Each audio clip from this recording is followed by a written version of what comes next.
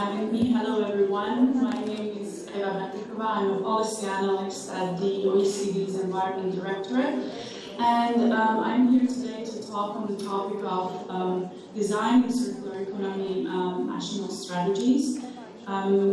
Next slide, please. Next slide. So in the next about 20 minutes, I would like to address 4 topics. And by way of introduction, I would probably like to start with a few slides on the role of the circular economy in addressing the material use challenges and the respective environmental consequences. Then I would like to maybe take a step back to probably what you have already heard and discuss or outline a little bit the key elements of the circular economy strategy making. And in the third part, I would like to show you how this can be applied in a specific example of circular economy strategic framework in the Czech Republic. And the last part is going to be a very brief overview of a couple of other projects that we have been working on with the national governments. Next slide, please. You can move on to the next slide directly, and I'm going to tell you a little bit about the role of the circular economy. So the last decades, and this is, by the way, the work, the evidence that we have produced in a number of our OECD reports. So here you can see that the last decades have witnessed unprecedented growth in materials uses, and this is mainly, if you look at the different panels, due to the industrialization of the emerging economies, but also the sustained high levels of materials uses in the OECD countries or the developed countries. And you see that the trend is going to continue, and according to our projections, by 2060, the materials use is projected to more than double. Next slide, please. On the next slide, I'm going to show you that the increase in the materials use is also coming with some environmental implications. And there's a large variety of these which arise at different stages of the material's life cycle. And they include acidification, increased land uses, terrestrial ecotoxicity, but also increases in greenhouse gas emissions. And you know that the greenhouse gas emissions are causing or driving the climate change. So according to our projections, the greenhouse gas emissions that are related to the increased material consumptions are also going to double in the next 40 years. And this stands in a clear contrast with the Paris Accord and also with the objective of keeping the well below 2 degrees. Next slide, please. So circular economy is offering one of the channels or one of the means to decouple the economic output and the economic growth from these trends, so from the increasing materials uses, but also from the environmental implications. In contrast to the linear model, circular economy is regenerative by design, and it helps to keep the materials flow within rather than throughout the economy through a number of mechanisms. These include closing the loops, they also include slowing the resource loops and narrowing the resource flows. So whether you are thinking about the substitution of secondary materials and prepared products for their primary alternatives, or you're talking about keeping the products in the loops for longer through more durable design, or eventually the resource efficiency measures, which include or are driven by the new technologies, by changes in consumer behavior, but also by the increased utilization of the existing assets. Next slide, please. But in order for circular economy to accelerate, we need to focus more on policies. We need more policies to accelerate the circular economy. And as you know, or as you have seen already, the promotion of sustainable materials management has come on the top of the international agendas. Thinking of the G7 Alliance on the resource efficiency, or the G20 resource efficiency dialogue. On the level of the EU, circular economy, and this is something you heard in the morning, is also one of the top priorities, being the Circular Economy Action Plan per se, or its central role in the European Green Deal, or the role of the circular economy in the post-pandemic recovery and the building back better. And then we have the national level and the regional level, where there's been a large number of countries that have developed individual circular economic strategies and roadmaps. And only in the past half a decade, there have been more than 60 individual strategies and roadmaps that have seen the light. And I would like to talk to this point in my next section of this presentation. Next slide, please. So what we have done within the OECD, we have reviewed a number of circular economic policies by the European countries. We have tried to distill out the critical elements for the circular economy strategy development, mainly on the national level. And besides the fact that we realize in many countries that there are important differences in the way countries are developing their strategies, there are also common elements. And these include an inspiring vision, strategic goals, then the links to critical stakeholders and to the domestic policy landscape, priority areas, quantitative targets, the monitoring of these targets, and a high-level implementation plan. And in the next slides, I would like to provide some insights into all these elements. So to start with the vision, a clear vision is very important to inspire and make the ambitions more tangible and more concrete on the way to the systemic transition. We have seen that there are a number of countries that have developed their visions in different ways. There are countries which have opted for development of a very explicit vision, saying that they want to be 100% circular, while some other countries were more implicit in developing their vision. Also, the level of ambition is very different. Some countries stated right away they want to be regional leaders, while there are other countries who stated they would like to create and build future-proof economies. Now, every vision needs to be operationalized through a set of strategic objectives, and these can be grouped into three groups. We have the economic objectives, the environmental objectives, and the social objectives, and then different countries choose a different blend of these objectives. So, for example, the economic objectives include the reducing of dependence on the import of raw materials, a topic which very much resonates these days, but also creating new businesses, new jobs, new innovations. For the environment, this is mainly about decreasing the footprint of the resources and phasing out non-renewable resources. And then we have few countries who have chosen social objectives, pursue social objectives by circular economic strategies, and these related to the promotion of or the transfer of the society towards transferring the benefits of the sharing economy to equally to the society. Now, another key element in the process of the circular economic strategy development are the stakeholders. It is very important to pull in the stakeholders that are relevant for the process right from the outset. We have seen that the most inclusive strategies incorporate periodic stakeholder consultation, balanced partnerships, coordination among the ministries, but also cooperation across the sectors, and this is both at the development level and the implementation level. And then besides the stakeholders, we have the linkages to the local policies, so it is very important that the strategy that is developed to suit the local context. And so we have seen a number of countries which were referring directly back to their overarching development strategies, but also to their environmental policies, or sectoral policies, especially waste, but also to the broad enabling context, so their educational policies, R&D and digitalization.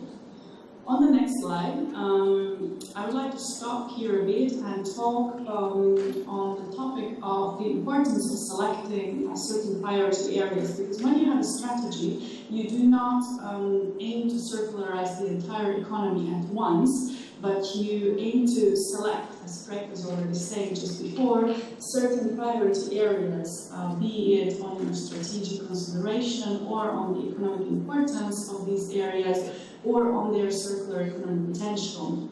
So this exercise is very important in order to narrow down the focus and to elaborate the flagship actions that are targeted. And from our review, and this table is by no means a table which contains all, so it's not exhaustive, but it should give you an idea that countries typically select priority areas from across manufacturing sectors, service sectors, certain material streams, but also horizontal tools. So, for example, you see the waste management, which is sitting in the service sector column, but this one can also be considered as a horizontal tool because it's so relevant for every closed material loop. Basically, every strategy includes it. In terms of the manufacturing sector, yes, Frank was mentioning construction for obvious reason. This we found as well that construction is one of the areas that is targeted in the most circular economy strategies and roadmaps. In terms of the materials, the most often targeted is food and biomass, and from the horizontal tools, it tends to be education, R&D/digitalization. Next slide, please. On this slide, I believe you see quantitative targets and monitoring. Not every country with a strategy does have a quantitative target introduced, but the fact is that quantitative targets make the vision more actionable, more concrete, and the progress can be measured against them. So countries typically select quantitative targets which are already in their national targets for some European directives or other European policy documents.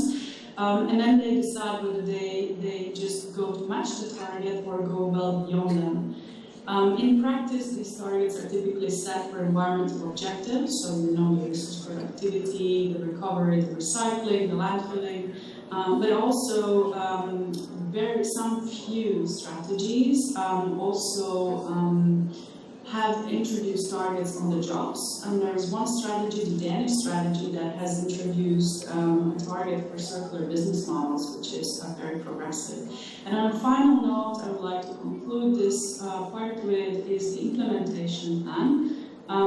It is very important to draw up, not only to draw up high-level list of actions, of policy recommendations that will be put out, but it's also important to assign who is going to take over the lead. Usually the stakeholders who are leading the development are not the same as the stakeholders who are leading the implementation. And in which time horizons these activities or actions are supposed to be implemented, short, medium, long term. And here I want to highlight that countries typically select a balance between economic or mix, it's better to use the word mix, a mix of economic instruments, regulatory instruments, so carrots and sticks, as was already mentioned, but also information instruments, voluntary agreements, cooperation, education, and they either focus them on specific sectors or have them cross-sectoral. Next slide, please. This was the end of this section, and I now would like to make the leap over all these elements that you have heard now. We have reviewed other countries have done. I would like to show you how we have helped the Czech Republic to implement them in their development of the circular economy strategic framework. So if you can go to the next slide, please. Thank you. So this is a project that started back in 2018. It was the Department of Waste at the Ministry of Environment of the Czech Republic that was responsible for this project. And with the funding from the TSI instrument of the BG reform, we came on board to help the government develop certain strategic elements. So the aim of the project was to support the circular economy to develop their circular economy strategic frameworks, not only a specific strategy, but an entire framework. And our role as the OECD was to provide certain analytical input, but also help with the stakeholder engagement. So we came on board in October 2019. and we finished the project in the summer of 2021. Now, on the point of the stakeholder engagement, the Ministry has set up a stakeholder working group, which was a very important element. I already mentioned it, but also for this project, because this was a very balanced group of relevant stakeholders from ministries, from public institutions, but also on different levels, so national and subnational, but also the private sector, the associations, and then the academia and the NGO. And their role was to review on an ad hoc basis any of the intermediate output and the final output, of course, to have a conversation with us and to provide us with feedback, which we would then incorporate. Next slide, please. On this next slide, you actually see the process that we have gone through for the development of this project. It might seem a little bit crowded, but the key takeaway is that we worked 20 months on this project. And within these 20 months, we worked on 10 individual work streams. And with the help of 7 different expert groups, we have developed a number of analytical outputs. These are the blue boxes. So they mainly relate to the outputs that I have already mentioned as the key elements in the previous, in my previous slide. So, for example, we started with mapping the circular economy related policy landscape in the Czech Republic. We have thoroughly analyzed the economic potential, but also the economic challenges and the environmental challenges and the trends now. And we have, on top of that, provided macroeconomic projections to 2050 about the materials uses and about their environmental implications. We have then assisted to the priority selection and developed prior deep dive analysis for 4 different priorities. And at the end of the project, we packaged everything into a final report, which also, of course, included the implementation plan, the monitoring plan, and the communication, which is very important. And this was then handed over to the Czech Ministry, who then took the project further and incorporated these findings into their circular economy strategic framework.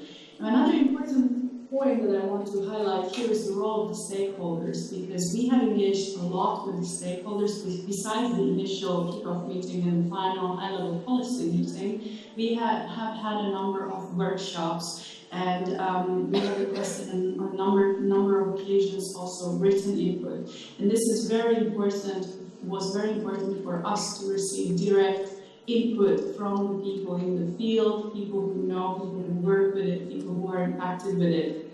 So both for in-person meetings and inviting. Next slide, please.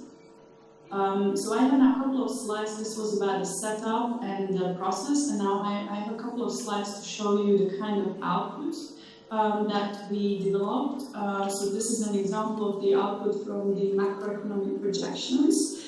And the macroeconomic projection shows that although the Czech Republic has made a notable progress in decoupling its economic progress from the environmental pressures over the past couple of decades, there still is or has been an increasing trend on the use of materials. And in fact, the Czech economy remains and will remain one of the most energy, carbon and resource intensive economies. At the same time, it's also one of the fastest economies within the EU and the OECD, fastest growing compared to the EU and the OECD averages. And as a result of this, the demand for materials, according to our projections, would increase over the next 3 decades by 1/3. And this, of course, brings with itself a number of associated environmental impacts, and others also the greenhouse gas emissions. Next slide, please. And in the face of these challenges, we have proposed the development of a strategic framework, which would be based on a 3-pronged approach. So the life cycle approach, focusing on production and consumption and waste management, and this has allowed us to provide insight and policy recommendations along the value chain, as well as relating to a number of industries. And we have also targeted horizontal measures, specifically R&D and digitalization, education, and economic instruments, which are crucial for an economically efficient circular economy transition. And along these, we have developed an implementation plan with 40 different implementation actions or policy recommendations. Now, I unfortunately don't have time to go through them, but I have selected a few areas, and I would like to show you these. So if you click on the next slide, please. The next slide will show you the policy recommendations we developed for the circular consumption, because as you know, consumer behavior and the resulting consumption patterns have a significant impact on the circular economy.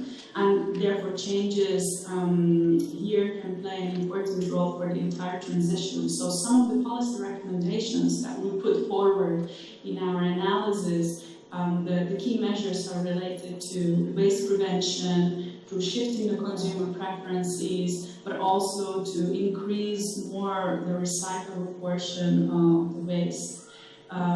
Sorting. So whether it's through the pay-as-you-throw measures or door-to-door measures or through simple nudging for people to select or to sort the municipal waste better.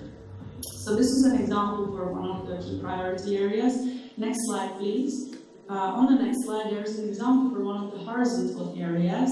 This is the innovation and digitalization. This area is very important because it enables, in fact, the transition towards a circular economy. And as you know, much of the change that is required for circular economy transition depends on the technological and the organizational innovation. So in this spirit, we have done always gap analysis. So we have mapped what are the policies that are in Czech Republic and they are working, and we have mapped what the other countries are doing and what are the targets of the EU, and then we have identified where there are, if there are any gaps. And where there are any gaps, we have tried to propose some policy recommendations. So specifically here, we have focused on coherent innovation and digitalization strategy, which was not in place in the Czech Republic.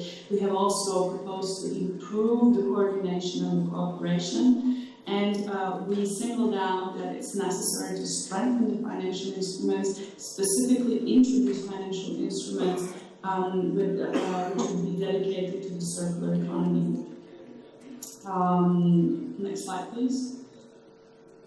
And this is just to show you the key outcome of the project. So we have, as I said, finished the project in 2021 with publishing the final OECD output, which you can find on our website, and you can find all the details in there. And as I said, this output was then an input in the parallel work that the ministry was doing on the circular economy strategic framework. And this is an excellent job they have done, because they managed to have that pushed through the parliament and adopted by the parliament by December the same year. So this is just to show the impact of ours, but also of their work. Next slide, please. Yes, so I have 2 more slides, and this is just to show you that we have a bunch of other projects that we are working on, and you can actually switch to the next slide. So we have a number of projects that we are working on. Some of them are funded by the DG Reform, and I have picked 2 more. They are from the same region, so the process we used was very similar. So the first one is the Slovak project, where we helped support the Ministry of the Environment to develop the roadmap for circular economy and its contribution to the carbon neutral economy. This is a project that's finishing right now. We've been working on it for, again, almost the past 2 years. And it's a project or the final report, which we will be launching on the final event on the 31st of May in Bratislava. So after that day, you will be able to look at the results again on the website.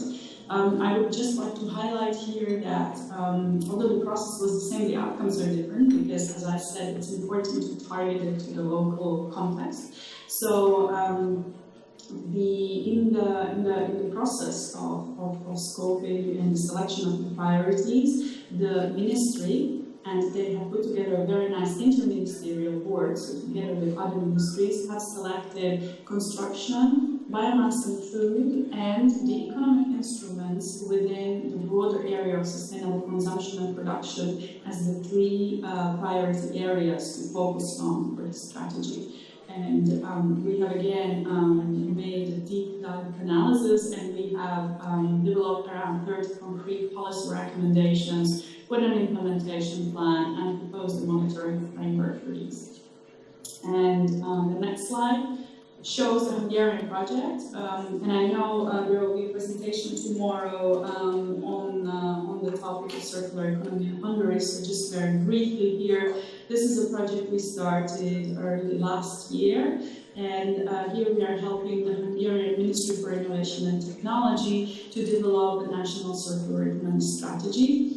We are a bit more than halfway through, so right now we are in the process of, we have just consulted the stakeholders on the preliminary list of policy recommendations. We have received very valuable feedback, which we are taking back now to reshape and to polish the policy recommendations. Our next step is going to be the development of the action plan and of the monitoring, and then we are going to go back to the stakeholders in September, and we're going to ask them to what extent they agree with the prioritization of the policy recommendations.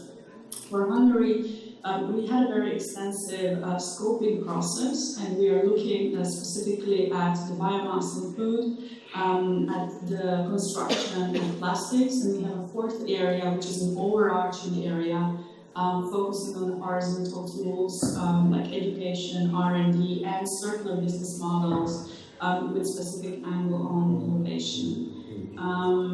Next slide, please, which is my last slide. Thank you very much for your attention, and I welcome any questions that you might have now, either in the room or in the chat, or if you have any follow-up questions, feel free to drop me an email. Thank you.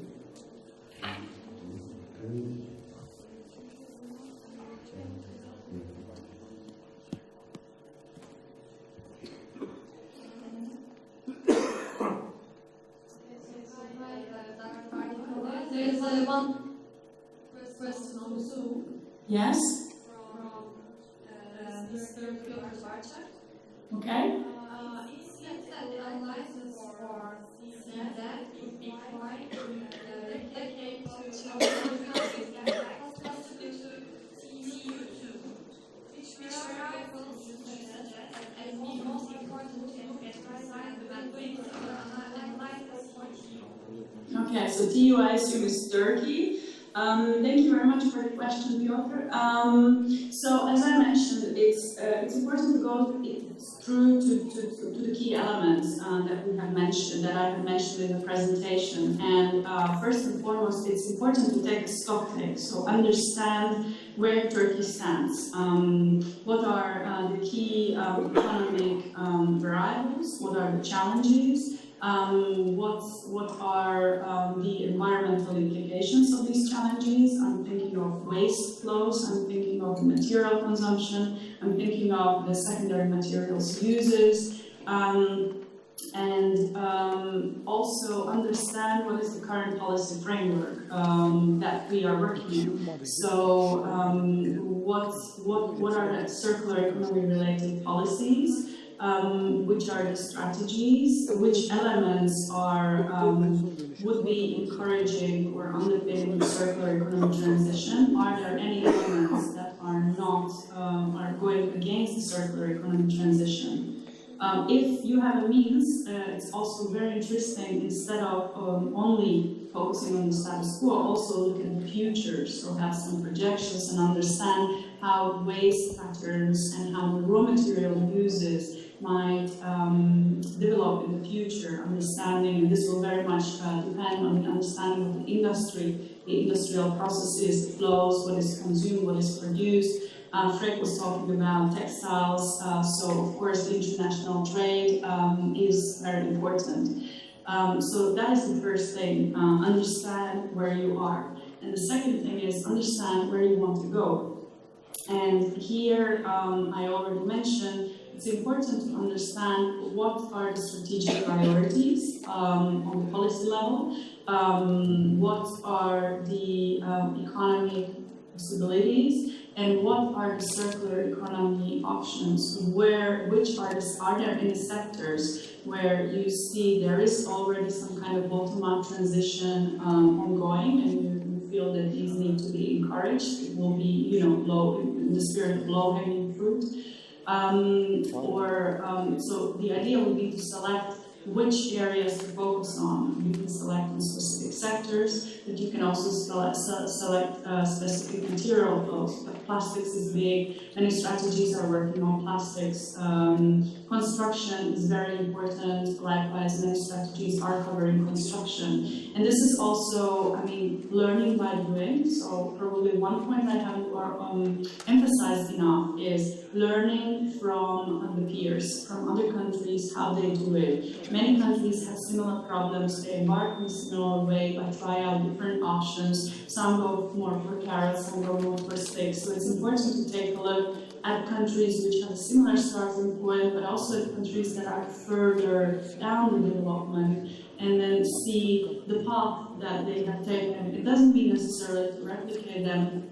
I think Fred already talked about, leapfrogging. But it's really important to always take the example of what has worked and try to adapt that to the Turkish context. And as you rightly say, we have developed this strategy for this workflow, this process, these elements for the Czech project. We have worked with and perfectioned it for the Slovak project and the Hungarian project. So we see that looking at these kind of elements is the cornerstone, and then of course every government might have some little additions. For example, the Slovak government wants to look at the carbon neutrality, and Hungarian governments want to look at different levels of governance. So it can always be tweaked, but these, from our experience, are the core critical elements to take a look at. I hope I answered your question. Sorry for the long answer.